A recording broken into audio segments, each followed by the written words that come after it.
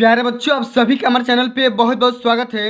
दोस्तों, इस वीडियो के माध्यम से क्लास 10th के बच्चों के लिए इंग्लिश का एक most important viral model paper लेकर के आ चुके हैं, जो कि 1 मार्च 2023 बोर्ड परीक्षा के लिए सबसे ज़्यादा अति महत्वपूर्ण होने वाला है।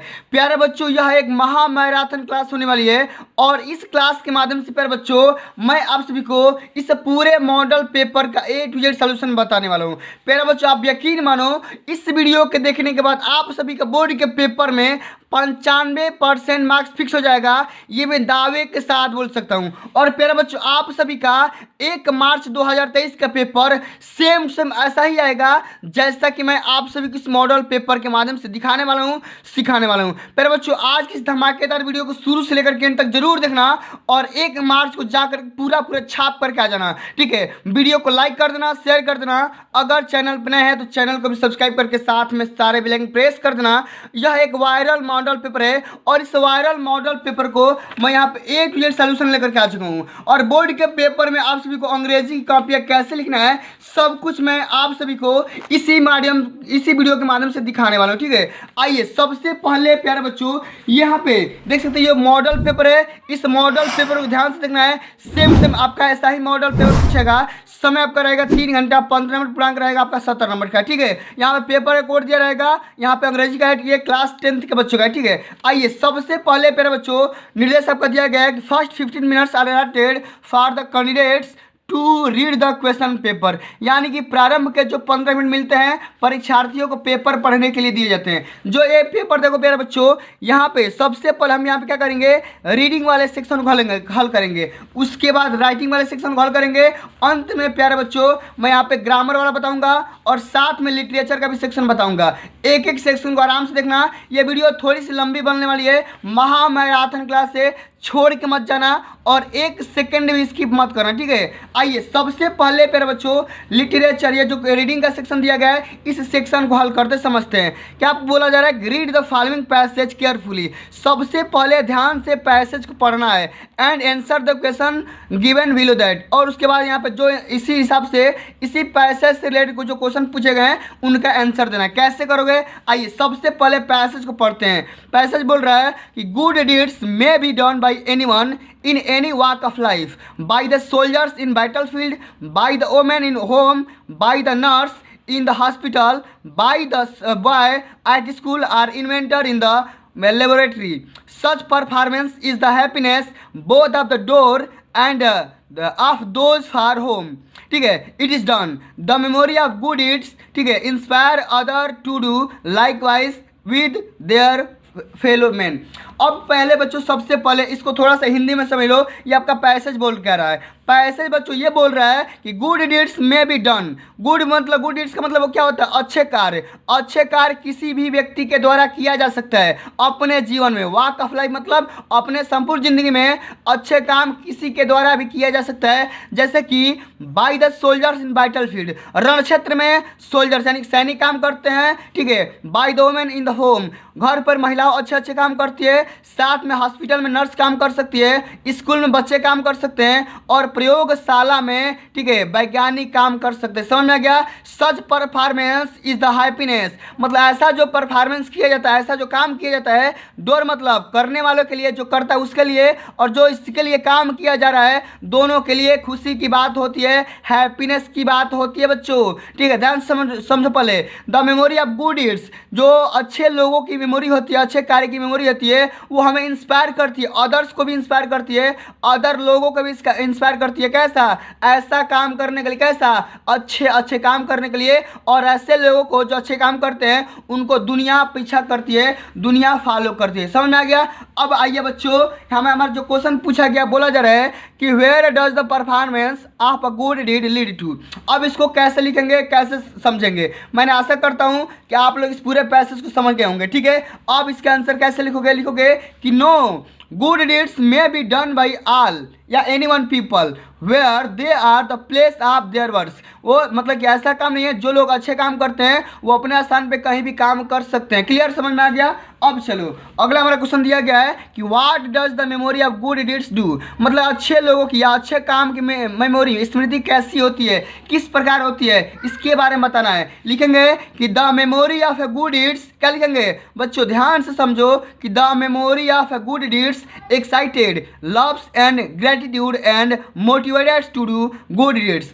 अच्छे लोगों की जो क्षमता होती है वो हमें अदर लोगों की भी क्या करती है, प्यार भी करती है, ग्रेटिट्यूड भी देती है और साथ में दूसरे लोगों को मोटिवेट भी करती है। क्लियर, समझ में आ गया। चलिए आगे बात करते हैं। अगला क्वेश्चन दिया गया है कि find out words in the passage which is opposite of sadness. अब देखो इसी पैसेज में आप सभी खोजना है कि सैडनेस का अपोजिट वर्ड क्या होगा। सैडनेस मतलब क्या होता है भैया, उदासी, उदासी होता है, ठीक है। आप सैडनेस का उल्टा क्या हो जाएगा, हैप्पीनेस हो जाएगा। क्या हो जाएगा, हैप्पीनेस हो जाएगा। कैसे लिखोगे, यहाँ पे लिख देना सी नंबर में हैप्पीनेस। क्लियर, समझ में आ गया। चलिए आगे बात करते हैं। अगला क्वेश्चन दिया गया है कि find out a word in the passage which means something done. अब देखो समथिंग डन का मतलब क्या होता है भैया, समथिंग डन का मतलब हो जाएगा लाइक वाइज, ठीक है। समथिंग डन का मतलब क्या हो जाएगा, देखो ये लाइक वाइज आया ना, इसी के बारे में बोल रहा है कि भैया समथिंग डन का मतलब क्या होता है। समथिंग डन का मतलब ये होता है एकदम सेम सेम वैसा ही काम करना, ठीक है। और लाइक वाइज का मतलब ये एकदम वही काम होता है। क्लियर, समझ में आ गया। चलिए अब आगे बात करते हैं। अगले नंबर क्वेश्चन की तरफ बढ़ते हैं। पहले बच्चों आप लोग आराम से इस पूरे वीडियो को देख लो, गारंटी दे रहा हूँ पूरे वीडियो को देख लोगे 95% पक्का मिल जाएगी, ये मेरा दावा है, ठीक है। आप लोग वीडियो को ध्यान से देखो, वीडियो को लाइक कर दो, शेयर कर दो, अभी तक चैनल को सब्सक्राइब नहीं किया हो तो सब्सक्राइब भी कर लो, ठीक है। अब राइटिंग वाले सेक्शन की तरफ बढ़ते हैं। क्या बोला जा रहा है कि write a letter to your friend. क्या बोला गया है, write a letter to your friend to invite him on the occasion of your marriage. अपने शादी में अपने मित्र को क्या करना है, कार्ड भेजना, इनवाइट करना, निमंत्रित करना है। कैसे करोगे, 4 नंबर का पूछा गया है। अगर ये नहीं यार, ये करो कि write application to principal of your school requesting him to grant you fee concession. अपने फी कंसेशन को फीस माफ करने के लिए अपने प्रिंसिपल को क्या करना है, एक एप्लीकेशन लिखना है। तो दोनों में से किसी एक को हल करना है। ये बोर्ड के पेपर में हर साल पूछा जाता है, ठीक है। एक एक प्रश्न को हल करेंगे, समझेंगे। आप लोग आराम से देख लो, गारंटी दे रहा हूँ यही सब सारे क्वेश्चन आएंगे, बाहर से नहीं जाएंगे, ठीक है। चलिए आगे बढ़ते हैं। कैसे लिखेंगे भैया, यहाँ पे हम लिखेंगे आंसर टू क्वेश्चन नंबर 2। अब यहाँ पे लिखेंगे write a letter to your friend mother या एक्सप्रेसिंग। सेम सेम यही वाला है, ठीक है। सेम सेम यही वाला है, ठीक है। जैसा कि ये फ्रेंड वाला है आप लोग बना करके लिख सकते हो दूसरे के बारे में भी, ठीक है। मैं एक आइडिया बता दे रहा हूँ, इसी तरीके से आप सभी को लिखना है, ठीक है। आओ देखते हैं भैया क्या लिखेंगे कि write a letter to your mother expressing your feeling of love and affection for her. ठीक है, अपने माता जी के लिए क्या करना है, अपने माता जी के लिए एक पत्र लिखना है। कैसे लिखोगे, सबसे पहले देखो आइडिया एकदम सेम सेम यही वाला होता है। सबसे पहले क्या करो, यहाँ पे अपने मम्मी का एड्रेस यहाँ पे लिख दोगे या अपने दोस्त का एड्रेस लिख दोगे जहाँ पे उसको कार्ड भेजना है, ठीक है, शादी के लिए। क्लियर, समझ में आ गया। अब यहाँ पे लिखोगे फ्रेंड के लिए लिखोगे तो यहाँ पे लिख दोगे डियर फ्रेंड, और मम्मी के लिए लिखोगे तो डियर मदर लिख दोगे, ठीक है। अब यहाँ पे थोड़ा सा यहाँ पे मैटर चेंज होगा कि आई एम हेयर क्वाइट, मैं यहाँ पे बहुत ही अच्छा हूँ, ठीक है। क्या लिखोगे, I am here quite well and hope, आशा करता हूँ that you will also be happy. Mummy से बोलोगे कि मम्मी मैं यहाँ पे अच्छा हूँ और मैं आशा करता हूँ कि आप भी अपने घर पे बहुत ही अच्छा हो और खुश महसूस कर रही होगी, ठीक है। आई आस्क यू, मैं आपसे पूछना चाहता हूँ कि टू कीप योर हेल्थ, अपने हेल्थ फिट मतलब अपने स्वास्थ्य को बढ़िया से केयर करते रहिए, ठीक है। टेक मिल्क एट नाइट, ठीक है, रात में दूध पीजिए, ठीक है। And if you feel any problem in your body, यदि आप अपने बॉडी में किसी भी तरीके की समस्या का मतलब समस्या देख रहे हैं तो क्या करो, consult your doctor at once, एक बार फिर से अपने डॉक्टर से मिल लीजिए, कंसल्ट कर लीजिए, सलाह ले लीजिए, ठीक है। आगे बात करते हैं, take light exercise daily. Take light exercise का मतलब क्या होता है भैया, आप मतलब ना घर पे ही थोड़ा थोड़ा सा हल्का हल्का मतलब एक्सरसाइज करते रहो, व्यायाम करते रहो, ठीक है। And light food so that you may stay it, ठीक है। और हल्का हल्का क्या करना है, फूड भी लेना है, फल भी लेना है, ठीक है। आगे लिखेंगे I sent my regard with you, मैं अपना बेस्ट अब आपके साथ शेयर कर रहा हूँ, ठीक है। या मैं चाहता हूँ कि आप स्वस्थ रहें, ठीक है। अब अंत में लिख दोगे कि विद थैंक्स, धन्यवाद के साथ योर सिंसियरली सन लिख दोगे या फ्रेंड लिख दोगे, जब फ्रेंड के लिए लिखोगे तो क्लियर। और यहाँ पे एक्स लिख दोगे या XY लिख दोगे, यहाँ पे डेटेड लिख दोगे, क्लियर, समझ में आ गया। चलिए इसी तरीके से फ्रेंड के लिए या माता के लिए या पिताजी के लिए यहाँ पे आप सभी को लेटर लिखना है, पत्र लिखना है, क्लियर, समझ में आ गया।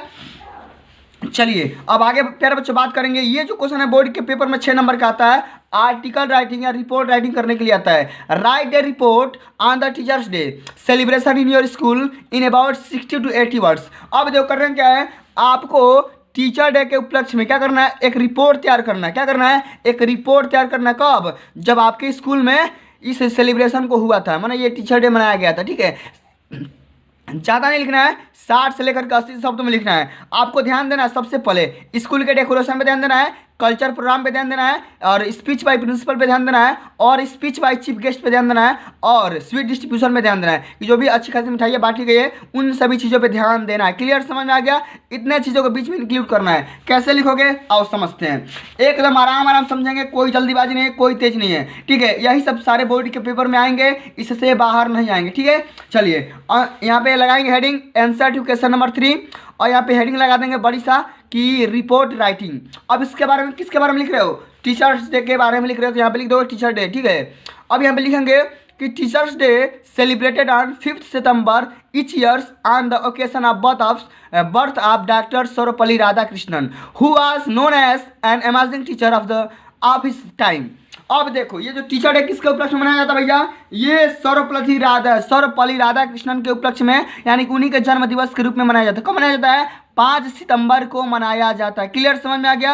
अब प्यारे बच्चों बात करते हैं कि क्यों मनाया जाता है। क्यों? क्योंकि ये जो सर्वपल्ली राधाकृष्णन थे ये अपने जमाने के, अपने समय के एक बहुत ही बढ़िया टीचर थे, ठीक है। इसलिए इनके जन्म दिवस के रूप में हम क्या मनाते हैं, टीचर डे मनाते हैं। क्लियर, समझ में आ गया? आगे बढ़ते हैं। Small function was organised in our school, मतलब एक छोटा सा मतलब कि फंक्शन हमारे स्कूल में तैयार किया गया था, ऑर्गेनाइज किया गया था, ठीक है। ऑन दिस ओकेशन, इस पर्व पे या इस मतलब कि मौके पे। Clear, for our bill of teacher, अपने जो भी प्यारे प्यारे अध्यापक हैं, टीचर है, ठीक है, या मैम है, उन सभी के लिए क्या किया गया है, इस ओकेशन को तैयार किया गया है, ठीक है। आगे बात करते हैं कि teacher day function started at 7 AM morning. जो टीचर डे का फंक्शन था वो 7 बजे सुबह में स्टार्ट हो गया था, और उसमें कार्यक्रम स्टार्ट हो गया था, ठीक है। लिखेंगे कि the function started when a small speech, ये जो फंक्शन था सबसे पहले एक छोटे से स्पीच के माध्यम से स्टार्ट किया गया, was given by the school captain,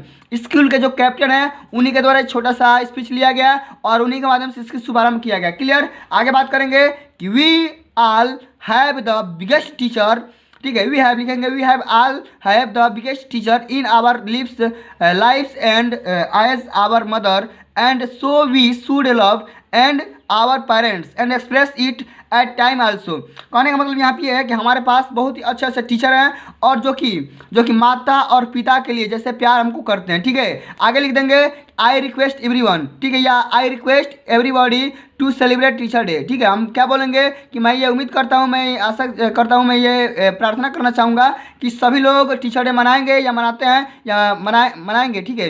and parents and learn, जो कि माता पिता हैं वो इनसे इस बात से सीखेंगे कि जो भी हमारे जीवन में अच्छे अच्छे काम हो सकते हैं उनको करेंगे। और अंत में आप मिठाई उठाई एक बार में आप मना करके लिख देना, ठीक है। 60 से लेकर 80 शब्द के बीच में लिखना है, अधिक नहीं लिखना है। क्लियर, समझ में आ गया? चलिए अब प्यारे बच्चों बात करेंगे सेक्शन नंबर C के बारे में, जो कि बोर्ड के पेपर में हर साल पूछा जाता है। और ये जो सेक्शन है प्यारे बच्चों, इस पूरे पेपर का जान है, ठीक है, ग्रामर है, ठीक है। बहुत सारे बच्चों को ये दिक्कत होता है, समझ में नहीं आता है कि कैसे करें, क्यों करें, ठीक है। आइए समझते हैं। सबसे पहले ग्रामर वाले क्या बोला जा रहा है कि चूज द करेक्ट ऑप्शन। क्या बोला गया है कि choose the correct option to answer the following question. क्या करना भैया, आपको सही उत्तर चुन करके अपने आंसर शीट में लिखना है। क्या बोला गया है कि the boy help the blind man, लड़के ने अंधे आदमी की सहायता की। Identify the adjective. अब देखो इसमें एडजेक्टिव को चुनना है। कैसे करोगे, सबसे पहले ध्यान समझो। सबसे पहले ये आपको पता होना चाहिए कि एडजेक्टिव होता क्या है। एडजेक्टिव क्या होता है भैया, एडजेक्टिव किसी भी नाउन या किसी भी प्रोनाउन की विशेषता को बताता है। क्लियर। अब देखो मनुष्य कैसा है, मानव कैसा है, अंधा है, तो ये अंधा जो शब्द है इस व्यक्ति की विशेषता बता रहा है। ये आदमी है कैसा है, अंधा है कि लूला है कि लंगड़ा है कि बहरा है कि गूंगा है, क्या है भैया, ये विशेषता बता रहा है। तो माइन क्या हो जाएगा, नाउन।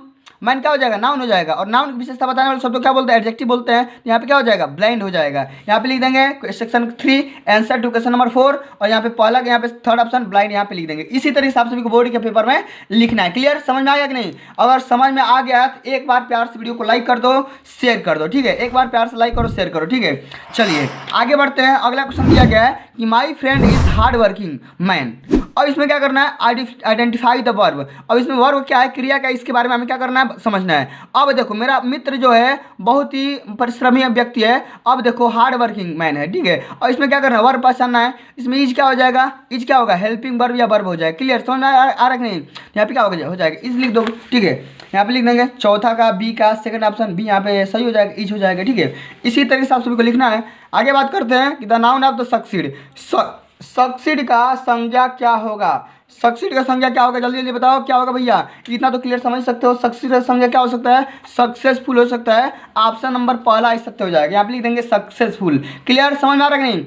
समझ में आ रहा है तो एक बार प्यार से वीडियो को लाइक कर दो, शेयर कर दो, ठीक है। चैनल पे ना हो तो सब्सक्राइब कर दो, ठीक है। चलो आगे देखते हैं कि choose the correct preposition to complete the sentence. मैंने आज ही के सुबह में मैंने बहुत सारे पार्ट्स ऑफ स्पीच, प्रीपोजिशन, ठीक है, बहुत सारे लेक्चर को लिया था, ठीक है। आप लोगों ने देखा था उसको, अभी तक 10,000 लोगों ने देख रखा है, ठीक है। तो आप भी अगर नहीं देखे तो जा करके देख लो, ठीक है। बहुत ही इंपॉर्टेंट लेक्चर है, ग्रामर का लेक्चर है और ग्रामर उसमें खत्म कर दिया गया, ठीक है।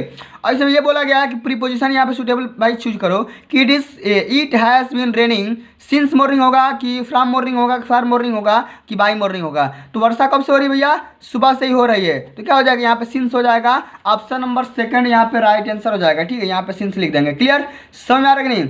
चलिए आगे बढ़ते हैं। अगला क्वेश्चन दिया गया है कि the boys are playing cricket.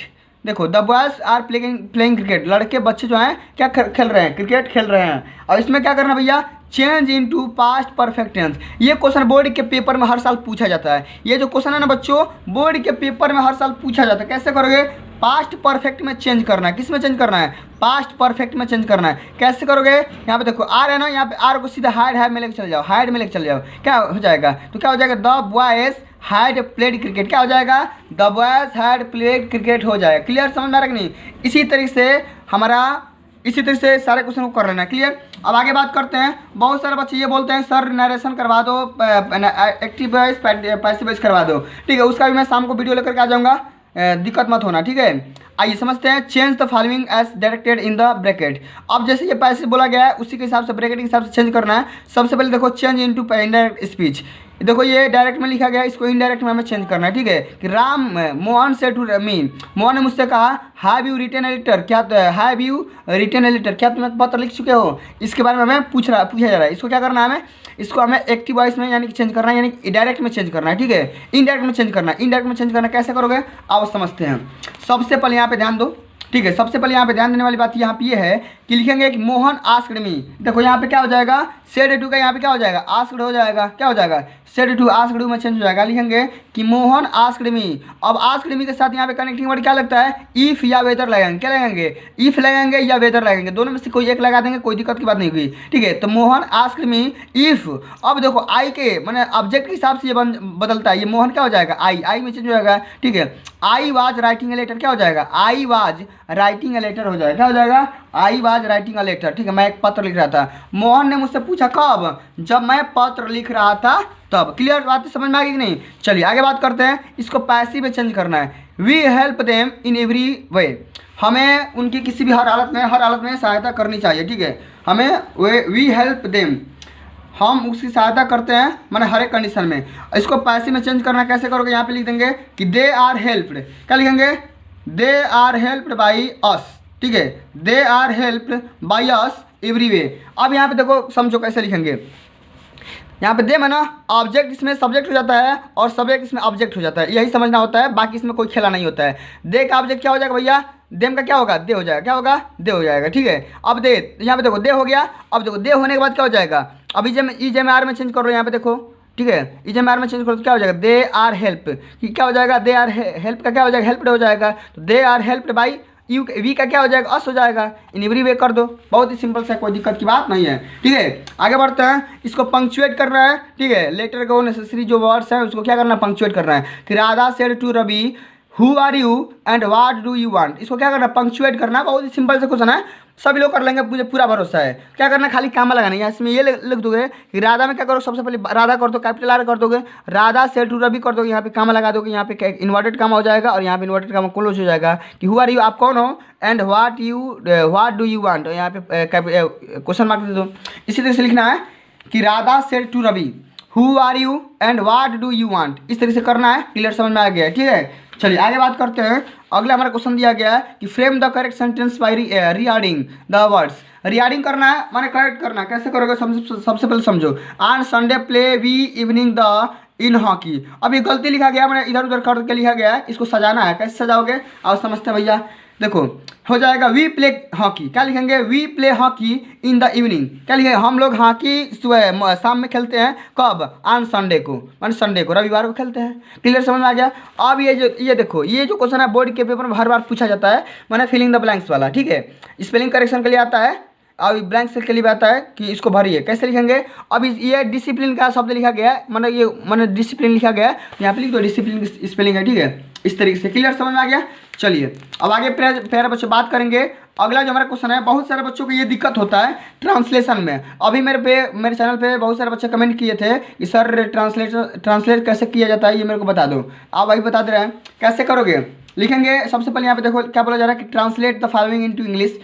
हमें बोला जा रहा है कि अब हम स्वतंत्र हैं, हम अपने भाग्य के स्वामी हैं, हमारी सरकार है और अपना संविधान है, ठीक है, किंतु हमारे सामने अनेक समस्याएं हैं, हमें उन्हें सुलझाना होगा, ठीक है, हमें उन्हें सुलझाना है। कैसे करोगे, सबसे पहले यहाँ पे एक लाइन का करते हैं। नाउ वी आर फ्री, क्या हो जाएगा, अब हम स्वतंत्र हैं, मतलब क्या हो जाएगा, नाउ क्या लिखेंगे, वी आर फ्री नाउ, या दोनों में से कोई भी तरीके से कर सकते हो कि वी आर फ्री नाउ, या ये भी लिख सकते हैं कि नाउ वी आर फ्री, ठीक है। क्लियर, कोई दिक्कत की बात नहीं है। अब अगला हमारा सेंटेंस क्या बोला गया है कि हम अपने भाग्य के स्वामी हैं, ठीक है। स्वामी मतलब होता है राजा, क्या होता है, राजा होता है या किंग होता है। तो लिखेंगे we are the king of our destiny, हम अपने भाग्य के स्वामी हैं। अंत में यहाँ पे क्या लिखेंगे, अगला हमारा टॉपिक दिया गया है कि हमारी सरकार है। We have our government and our constitution, ठीक है, हो जाएगा, क्या हो जाएगा, we have our government and our constitution हो जाएगा, हमारा संविधान हो जाएगा। किंतु हमारे सामने अनेक समस्याएं हैं, लेकिन लिखेंगे कि बट क्या लिखेंगे, वी हैव, क्या लिखेंगे, but we have many problems front of us, लिख देंगे, कोई दिक्कत बात नहीं है, ठीक है, ठीक है। अब यहाँ पे लिख देंगे अंत में क्या लिखा बोला गया है कि हमें उन्हें सुलझाना होगा, कि we have to solve them, हमें उन्हें सुलझाना होगा या समस्या का समाधान खोजना होगा। क्लियर, इसी तरह से प्यारे बच्चों आप सभी को सेंटेंस भी माना कि ट्रांसलेशन भी करना है। क्लियर, बात समझ में आ रहा है कि नहीं, अगर समझ में आ रहा है तो एक बार प्यार से लाइक कर दो, शेयर कर दो, ठीक है, चैनल को सब्सक्राइब कर दो, ठीक है। आइए बात करेंगे अब सबसे इंपॉर्टेंट अति महत्वपूर्ण सेक्शन डी, लिटरेचर के बारे में समझते हैं भैया। लिटरेचर के बारे में कोई नहीं बताता है, मैं आपको बता रहा हूँ, ठीक है। एक एक क्वेश्चन कॉल करेंगे और पूरा पेपर कॉल करेंगे, ठीक है। आराम से बस खाली देखते रहो, थोड़ी सी महामैराथन वीडियो है लेकिन आराम से देखते रहो, पूरा पेपर को हल करेंगे, ठीक है, परेशान नहीं होना है। और सबसे पहले क्या करना है भैया कि read the following passage and answer the question given below it. सबसे पहले इस पैसेज को पढ़ना है और पैसेज को पढ़ने के बाद इसी में से क्वेश्चन पूछे गए हैं, ठीक है, इसी में से क्वेश्चन पूछे गए उन्हीं को आंसर देना है। कैसे करोगे आओ समझते हैं। क्या बोला गया है कि it was during the meal that just at Lencho has predicted, ठीक है, predicted big drops of rain began to, ठीक है, fall in the north east huge mountains clouds could be seen approaching, ठीक है। इसमें यह बोला गया है कि the air was fresh and sweet, the man went out for no other reason than to live the pleasure of feeling the rain on his body, ठीक है। अब देखो इसी के बारे में से पढ़ के आपको क्या करना है, इसका आंसर देना है। जैसे यहाँ पे ये पूछा गया है कि when did the rain drop began to fall, माने कि जो वर्षा की जो फाल थी, मतलब कि जो वर्षा की बूंदें थी कब स्टार्ट हुई थी, इसी के बारे में पूछा गया था, ठीक है। अब इसको कैसे लिखेंगे भैया अब समझते हैं कैसे लिखोगे। अब आराम से पैसेज में क्या बोला गया भैया, पैसेज में हमें ये बोला गया है लिखेंगे जैसे जैसे बता रहा हूँ वैसा ही लिखना है। बोर्ड के पेपर में काफी भी सेम सेम इसी माध्यम से लिखना है जैसे मैं आप सबको बताने वाला हूँ, ठीक है। सेक्शन डी यहाँ पे लिखोगे और यहाँ पे लिखोगे आंसर टू क्वेश्चन नंबर 7। यहाँ पे लिख देंगे कि the big drops of rain began, क्या लिखेंगे कि जो वर्षा की भारी बूंदें थी वो कब स्टार्ट हो गई थी, to fall when Lencho and his family were having dinner, जब लेंचो और उसकी फैमिली माने कि रात के भोजन पे थी या डिनर पे थी तब क्या हो गया था, वर्षा स्टार्ट हो गया, तो वर्षा की भारी बूंदें होना स्टार्ट हो गया था। क्लियर, समझ में आएगा कि नहीं। चलिए अगला हमारा क्वेश्चन दिया गया है कि what could be seen approaching in the north east. अब इसको कैसे लिखेंगे, लिख देंगे कि भैया ह्यूज माउंटेन्स, क्या लिखेंगे huge mountains of clouds could be seen approaching in the north east. ठीक है, जो बारी बारी माने कि भारी थी वही क्या हो रहा था, दिखाई दे रहा था, अप्रोचिंग हो रहा था। क्लियर, समझ में आ गया कि नहीं? चलिए अब आगे बात करते हैं। अगला हमारा क्वेश्चन दिया गया 8वां नंबर। ये बोला जा रहा है कि answer one of the following question in the about 60 words. यहाँ पे देखो दो क्वेश्चन दिया गया, दोनों में से किसी एक के बारे में आप सभी को हल करना है। ठीक है, अब क्या बोला गया कि दोनों में से किसी एक के बारे में हल करना है और 60 शब्द में हल करना है। ठीक है, सबसे पहला क्वेश्चन क्या है कि bring out Lencho immense faith in the God. या तो ये करो नहीं तो ये करो, what were the difficulties faced by the Nelson Mandela in the achieving freedom for his people. तो दोनों में से किसी एक को हल करना है, दोनों को हल नहीं करना है। क्लियर, समझ में आएगा कि नहीं? अब हल करते हैं। सबसे पहले ये वाले क्वेश्चन को हल करते हैं। क्या लिखेंगे? 60 शब्द में लिखना है या उससे कम भी लिखोगे कोई दिक्कत की बात नहीं है, लेकिन आपको क्लियरिटी होना चाहिए। बोर्ड की कॉपी है, क्लियरिटी होना चाहिए और क्लियर शब्द होने चाहिए। ठीक है, फालतू शब्द नहीं होने चाहिए। क्लियर, चलिए लिखेंगे आंसर टू क्वेश्चन नंबर 8 का लिख देंगे कि लेंचो हैड इमेंस।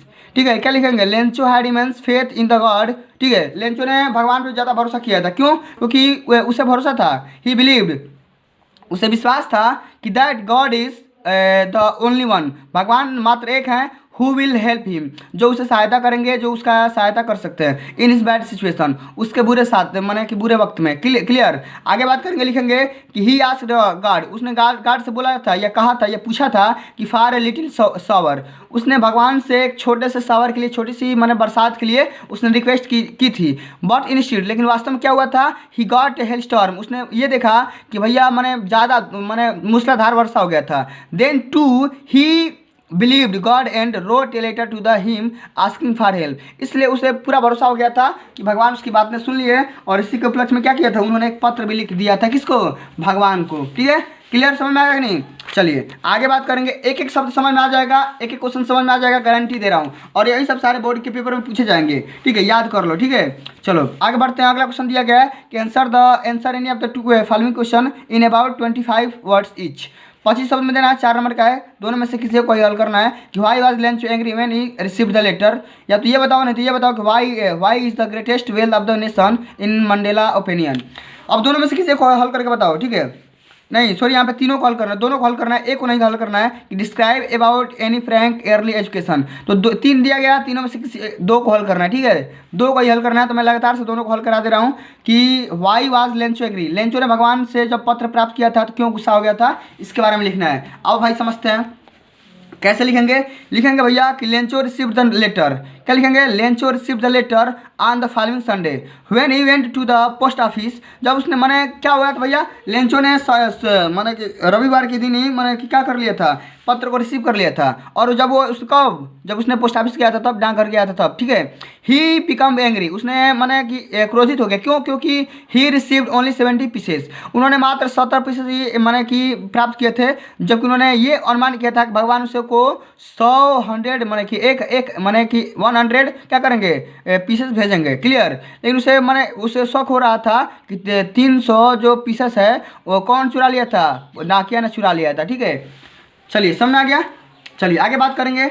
अगला हमारा क्वेश्चन दिया गया है, क्वेश्चन हमारा ये है कि what is the greatest wealth of the nation, माने दुनिया का सबसे बड़ा धन क्या है, माने वेल्थ क्या है भैया, ये बताना है। नेशन मंडेला के ओपिनियन के हिसाब से, मंडेला के विचार के हिसाब से। आइए लिखते हैं कि माई कंट्री इज रिच, मेरा जो देश है सबसे बड़ा महान है, in the minerals and gems. ठीक है, that lies beneath its soil, but I have always known that its greatest wealth is its people finer and truer than the purest diamond। माने नेल्सन मंडेला ने ये बोल रहा था कि जो दुनिया का सबसे बड़ा कीमती सामान है वो क्या भैया, वो क्या है, उसका धन है, उसका वेल्थ है, उसका माइंड है, फिनर है। ठीक है, सच्चाई है, यही सब क्या है, मतलब दूसरे के लोगों पे प्योरिटी है, माने कि शुद्धता है, और लोगों के एक दूसरे के प्रति प्यार के प्रति क्या है, सच्चाई है। यही दुनिया क्या है भैया, सबसे बड़ा धन माना है उसको कौन, नेल्सन मंडेला ने माना है। ठीक है, नेल्सन मंडेला के द्वारा माना गया था। ठीक है, चलिए अब आगे बात करते हैं। अगला हमारा क्वेश्चन दिया गया पर समझ सकते हो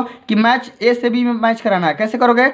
अप्रोचिंग का मतलब क्या होता है, अप्रोचिंग का मतलब होता है कमिंग रियर। ठीक है, अप्रोचिंग का मतलब क्या होता है, कमिंग नियरर, मतलब नज़दीक में। ठीक है, और रिजेंबल का मतलब क्या होता है, लुक लाइक, मतलब रिजेंबल का मतलब सेम वही होता है जो कि मतलब एक जैसा दिखना है। ठीक है, और एविडेंट का मतलब क्या होता है, एविडेंट का मतलब होता है क्लियरिटी। क्या होता है, क्लियरिटी होता है। तो ये मैच करा सकते हो, कोई दिक्कत की बात नहीं है। चलिए आगे देख लेते हैं।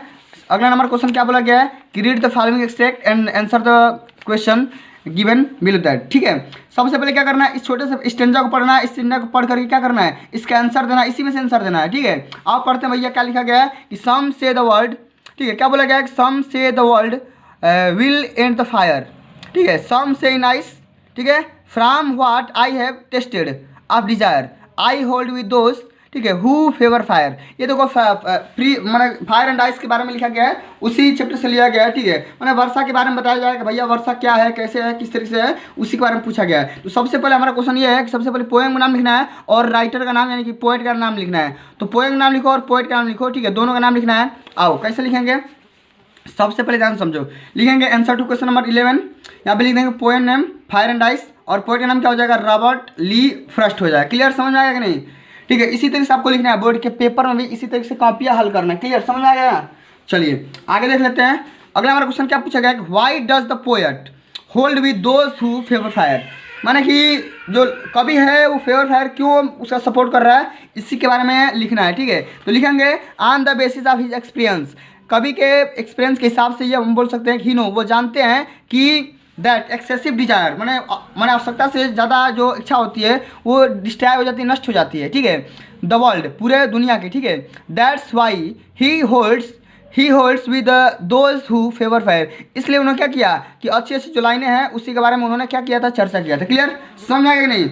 चलिए अब आगे बात कर लेते हैं, अगला जो हमारा क्वेश्चन पूछा गया है पर बच्चों समझ सकते हैं ये पोएम से लिया गया है। आगे देख लेते हैं क्या पूछा गया है, एक एक क्वेश्चन को ध्यान से समझो, एक एक क्वेश्चन को आराम से समझो, ध्यान से समझो क्या पूछा गया जा रहा है, जो पूछा जा रहा है ध्यान से समझो। अगर ध्यान से नहीं समझोगे समझ में नहीं आएगा, फिर बकवास होने लगेगा। ठीक है, right the central idea of the one of the following poem, दो पोएम का नाम दिया गया है, दोनों में से किसी एक के बारे में सेंट्रल आइडिया लिखना है। कैसे लिखोगे, किस तरीके से लिखोगे, समझो सबसे पहले बात को। ठीक है, सबसे पहले बात को समझो, या तो आपको डस्ट ऑफ स्नो पे लिखना है या तो आपको एनिमल पे लिखना है, दोनों में से किसी एक के बारे में लिखना है, दोनों के बारे में नहीं लिखना है। अब भैया या तो ये कर लो नहीं तो यहाँ पे ये कर लो, आपके पास ऑप्शन भी है, एक 4 लाइन की कविता लिखना है, तो या तो आप सेंट्रल आइडिया लिखो नहीं तो ये 4 लाइन की कविता लिखो, आप कोई भी कर लो भैया। चलो मैं यहाँ पे पोएम लिख दिखा दे रहा हूँ कि यहाँ पे लिख देंगे कि the fog comes on little cat feet, ठीक है, it sits looking over harbour and cry and silent haunches and then moves on. ठीक है, ये पोएम याद कर लेना। ठीक है, बोर्ड में पक्का आएगा। ठीक है, अगर आप चाहोगे ना तो सेंट्रल आइडिया भी लिख सकते हो, कोई दिक्कत की बात नहीं है। यहाँ पे देखो मैंने आप सभी को सेंट्रल आइडिया लिख करके दिखाया, ये देखो central idea dust of snow के बारे में इसी तरह से लिख सकते हैं और फायर एंड आइस के बारे में इस तरह से लिखते हैं। देख लो स्क्रीन शॉट ले लो, देख लो बढ़िया तरीके से, इसी तरीके से आप सभी को बोर्ड के पेपर में लिखना है। स्क्रीन शॉट ले लो अगर लेना चाहोगे तो। ठीक है, इसी तरह से लिखना है in the poem dust of snow या पोएट्स वांट्स टू द, माने इसी के बारे में लिखना है बढ़िया तरीके से। क्लियर, समझ में आ रहा है कि नहीं, इसी तरह से आपको लिखना है। क्लियर, चलिए आगे बात कर लेते हैं। अब अगला हमारा क्वेश्चन क्या दिया गया है, अब आगे बढ़ते हैं। अगला हमारा क्वेश्चन जो दिया गया है बच्चों समझ सकते हो कि answer two of the following question in the about 25 words etch. देखो 3 क्वेश्चन दिया गया है, तीनों में से किसी 2 के बारे में हल करना है। ठीक है, 4 हमारे यहाँ से मिलेंगे। How was the behaviour of the doctor towards the dog, dog के बारे में मैंने डॉक्टर क्या कैसा बिहेव था उसके बारे में लिखना है। और समझते हैं, या तो ये कर सकते हो कि what kind of the thief Hari Singh was, मैंने हरि सिंह कैसा चोर था इसके बारे में लिखना है। How did Griffin save himself from the mister hall, तो तीनों में से किसी 2 के बारे में लिखना है, किसी 2 के बारे में लिख देना, आपका काम हो जाएगा। क्लियर, चलिए 2 के बारे में लिखते हैं भैया। सबसे पहले इसको कॉल करते हैं कि how was the behaviour of the doctor towards the dog. ठीक है, डॉक्टर का बिहेवियर कैसा था इसके बारे में लिखेंगे। ठीक है, आप समझते हैं भैया, आराम से समझेंगे, कोई जल्दीबाजी नहीं, कोई तेजी नहीं है। ठीक है, आराम से बस खाली देखते रहो, समझते रहो। लिखेंगे the behaviour of the doctor towards tricky, मैंने ट्रिकी था, was very kind and caring, मैंने डॉक्टर जो था मैंने कुत्ते के बारे में लेकर के क्या था उसका मैंने बिहेव अच्छा था, सोच अच्छा था। लिखेंगे कि द डॉक्टर ट्राइड, डॉक्टर ने कोशिश किया था टू हेल्प द डॉग, कुत्ते को मैंने सहायता प्रदान करना इन एनी पॉसिबल, मैंने जैसा भी संभव हो सकता है उस माध्यम से, उस रास्ते के माध्यम से। बी एडवाइस, ठीक है, or by admitting her into a hospital, मैंने उसको जहाँ तक भर्ती करने की बात आएगी वहाँ तक वो बात को लेकर के तैयार हो गया था। कौन, डॉक्टर ने, किसके संबंध में, कुत्ते को लेकर के संबंध में। ठीक है, आगे बात कर लेंगे what kind of the thief Hari Singh was, मैंने हरि सिंह जो था वो कैसा मैंने आदमी था इसके बारे में लिखना है, उसका बिहेवियर, उसका आचरण, उसका नेचर कैसा था इसी के बारे में लिखना है। ठीक है, तो यहाँ पे लिखेंगे कि Hari Singh is a small thief, Hari Singh क्या था, एक छोटा मोटा चोर था। His real name is a not Hari Singh, उसका रियल नाम हरि सिंह नहीं था। He keep on changing name to escape from the police, वो पुलिस से बचने के लिए अपना नाम चेंज कर लिया था, बदल लिया था। क्लियर, आगे कि नहीं समझ में। इसी तरीके से आपको हल करना है बोर्ड के पेपर में, ठीक है।